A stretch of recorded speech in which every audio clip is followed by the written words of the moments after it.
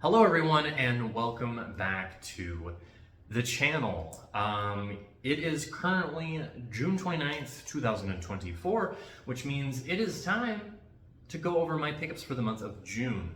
I have actually not been really picking up a lot of video games in the last couple of months, and so that's why there's not been a lot of videos. I also moved, so yeah, I'm in a new place. Yeah, that was a big move. I moved a couple hundred miles. Exciting stuff. So, my video game pickups have been pretty limited in the last few months, but I have started picking up some stuff, and so we're going to go over that today. Starting off, going to be a game that came out earlier in the year, one that I'm pretty excited to talk about because I actually just rolled credits on it, and that's going to be Prince of Persia: The Lost Crown. PlayStation 5 version. Ended up picking it up, and I actually just rolled credits on it today. So, a couple things about this game. So this came out earlier in the month, and earlier in the year, and my eyes were definitely on it since its announcement, I think last summer. This got announced, I believe it's like Ubisoft Forward last year. It might have even been before that. I think it was like Summer Games Fest or something like that.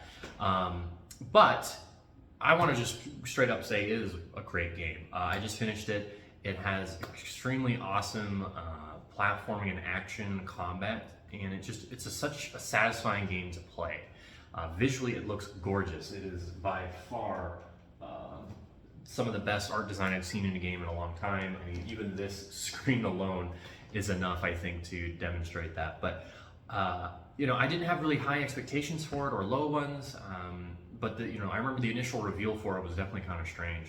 So it was one of those things where, oh, Ubisoft actually seems to be going sort of back to basics here. This is a really, this isn't the type of release we've seen from them in a long time. Very similar to Assassin's Creed Mirage, which came out, last October. And, this was a budget release, this wasn't full price. And they still decided to go about it and release it because originally it was going to be DLC. Whereas Prince of Persia: The Lost Crown, for those of you that don't know, is actually developed by the same team that made the Rayman platformer games of from the last 10 years or so, being Rayman Origins and Rayman Legends. Ubisoft Montpellier is how you say it. Or Montpellier. I'm not, French, but. And you can really see that in the design of this game in both terms of its art direction as well as its just design, the way it plays and feels. It's definitely much more action and exploration focused than the previous Rayman games, but this is still awesome. As someone that's played the first two 3D entries in the Prince of Persia series, being I guess not the first two 3D ones, but Sands of Time and then Warrior Within. Those are the only ones that I've played, and I've played a little bit of the 2008 one on PS3. I feel like this was just a really fantastic game in terms of just how engaged with it I was. Its systems were cool. Every time I unlocked a new ability, I just had a fun time with this game. So I really can't recommend it more highly. I can't recommend it enough. I really do think it's just a great game. So if you're looking for something to play, I got it for like $25 physically, so pretty awesome. And it is getting story DLC later in the year, so I look forward to that. I just rolled credits on it, so I'm over the moon about this game. So this is just a praise for me. There's a couple things I'd criticize about it. Probably the fact that the map is really big. Like, it's huge. It's a sprawling large map, and it's a lot of empty space because it's pretty much designed for the platforming and the puzzles that you do in the game. It's not as tightly knit as like a Metroid game or even like Castlevania Symphony of the Night, where there's specific parts that just stand out to you in your brain, whereas this is definitely much more. There's so many different areas, so I think that held it back a little bit. It made the map feel less special, but either way, I still highly recommend the game. The combat is really fun. The story was pretty engaging in a way. Like, I was not expecting that, so I don't know. Prince of Persia: The Lost Crown, definitely one of the best pickups I've picked up in recent years. Not much of a collector's item, of course, but it's the PS5 version. There is a Switch version of this game. I played the demo of it, and it's pretty good. You know, not like fantastic, but it is pretty good, especially for a Switch version. So if you are on Switch, I can actually pretty heavily recommend that version of the game as well. But it's on everything: PC, Xbox One, Xbox Series, PS4, PS5, and the Switch. So yeah, that's gonna do it for Prince of Persia: The Lost Crown. We're gonna move on. So a little bit of background. You know, I've been getting into Magic the Gathering over the last like 9 to 10 months. And so there's a new expansion coming out later this, like I think within the next few weeks, being the Assassin's Creed Universes Beyond set. So, you know, I've been looking back to Assassin's Creed as a series. It's no secret if you know me and the channel, I'm a pretty big fan of the Assassin's Creed series. I know I just mentioned Mirage. Since I beat The Lost Crown, I just finally started Mirage. I got the game for Christmas. If you guys remember, I believe I featured it in my January video, but I could be wrong. It's hard to remember what games have been on the channel and which ones haven't. So either way, I've been getting back into the Assassin's Creed series, you know, watching some retrospectives, familiarizing myself with the games that I've kind of forgotten. And, you know, it's a series that I've always really enjoyed. I know it's pretty popular these days to dog on it, and I can understand that any long-running series is going to have your detractors like that. You know, but I can confidently say I've enjoyed every single game in the series that I've played, like at least mainline games in the series that I've played. You know, there's obviously some I like more than others, and maybe there'll be a video on that someday. But this is a long-winded way to say I picked up some ports of Assassin's Creed games that are a bit unconventional, very of their time. And I guess we'll quit beating around the bush on this. But yeah, I picked up Assassin's Creed 3 on Wii U and Assassin's Creed 4 on Wii U. So a bit of background for these two games specifically. These were the two games that were out when I was getting into Assassin's Creed. So like 2012, 2013, 2014, you know, right before Unity and Rogue came out. That's when I was really getting into Assassin's Creed. So of course, these were the two games that were out, and these were the big two games.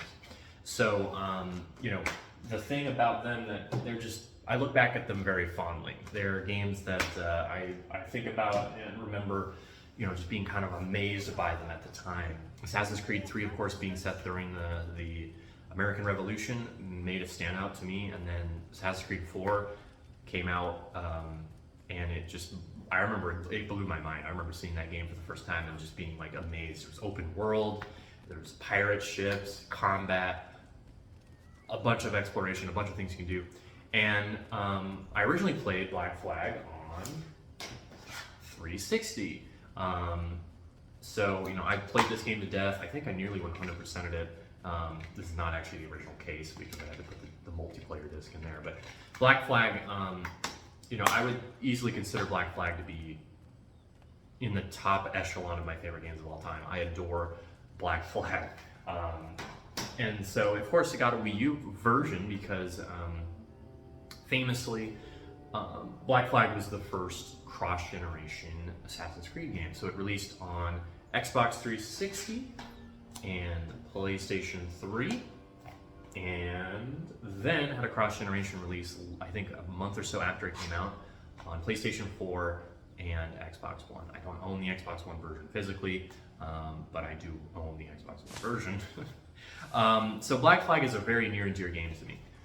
Assassin's Creed 3, you know, famously it was the conclusion of the Desmond arc, the pentology, and you know, it's a divisive game to say the least in the series. It's probably one of the more divisive ones, and you know, it got remastered not too long ago, like 2019 or 17. I don't know why I wasn't well prepared to grab the game.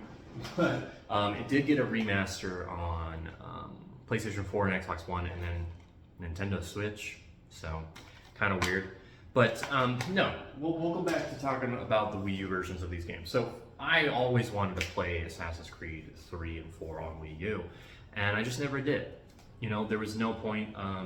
You know, at the time I had the 360 version, and then I eventually got the Xbox One version when I got the Xbox One, and the Wii U in 2014 was struggling for games, and so it's fascinating to me that Ubisoft supported the Wii U as long as they did, and they still have a pretty good relationship with Nintendo these days. So I don't know. I look back at these games kind of fondly in terms of their third-party support. Of course, we had like Just Dance and stuff like that, but like Watch Dogs came out on the Wii U, and I want to pick up Watch Dogs actually at some point. I think that'd be a fascinating port to take a look at because I have the PS3 version and the PS4 version of Watch Dogs. But these are fascinating ports. So they don't run very well. Assassin's Creed 3, when I was recording footage for it, crashed within the first 10 minutes, I think the first 5 minutes of the game. So not good there. And then Assassin's Creed 4, I played about 25, 30 minutes of, and it's rough, man. The thing about these two games is they run at 1080p on the Wii U, which is awesome. I mean, native 1080p for Assassin's Creed on Wii U, that's pretty cool, pretty interesting, but that hurts it significantly because they're not very well optimized. So their frame rate barely goes above 30, or excuse me, barely goes above 24, 25. It's constantly dipping into the mid-20s, and there's no screen tearing, which is surprising to me. I saw no tearing in my capture footage, but I just think it's fascinating, right? Because anytime a big multi-plat like Assassin's Creed or Far Cry, or actually Far Cry's never made it to a Nintendo system, but Watch Dogs, it's fascinating to me when Nintendo will support that. Assassin's Creed has been on Nintendo before, during the DS era. There was, I believe, 1 or 2 games on the DS around the time of Assassin's Creed 1 before Assassin's Creed 2. So, they dabbled on it a little bit, but I mean, these were mainline titles on the Wii U. But it kind of brought up one of the main problems with the Wii U is, well, who are these for? I mean, I would not be surprised if the Wii U versions of these games sold terribly, because, who's going to play this? It's the same deal. I mean, Assassin's Creed Black Flag also came out, and then a few weeks later, Call of Duty Ghosts came out on the Wii U. And, as someone who was a Wii U owner back then, but also had a 360, it's I mean, I'm gonna play Ghosts on the 360. I'm gonna play Black Flag on the 360. So it's definitely a weird thing. It's cool that they were supported and are on the platform, but I don't see myself super heavily going into these versions of the games specifically. Black Flag, though, I own on every platform. I have it on PC, and then I have the Switch version digitally, and then all the other versions of the game I just showed you, and then the Xbox One version. So Black Flag is just, I wanted to get Black Flag for the sake of, it's one of my favorite games of all time. Assassin's Creed 3, though, I wanted to pick it up because it was the first Assassin's Creed game to be on the Wii U, which is pretty interesting. And it raises a question of, why did Far Cry skip the Wii U, I wonder? Far Cry 4 was a pretty big title when it came out, and so was Far Cry 3. So I don't know, I'm kind of wondering if there was ever a version of history where Far Cry 3 came out on the Wii U. I highly doubt it, because I mean, the 360 and PS3 versions of Far Cry 3 were rough, to say the least. But it would have been really interesting to see that as a Nintendo fan and as a Ubisoft apologist. I just like their games, man. I could play Far Cry forever.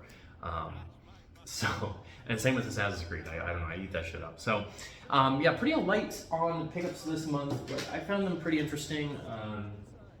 Expect more videos, hopefully, as the time goes on, that I'm settled in my new place. But yeah, 3 games, all Ubisoft. So for you Ubisoft haters out there, I hope you enjoyed the video. Just kidding. Thank you so much for watching, everyone. Let me know, did you pick up anything cool this month? I know June was a pretty big month in terms of game releases, so let me know what you picked up down in the comments below. And hopefully, I'll see you guys next month. And as always, stay strong, everybody.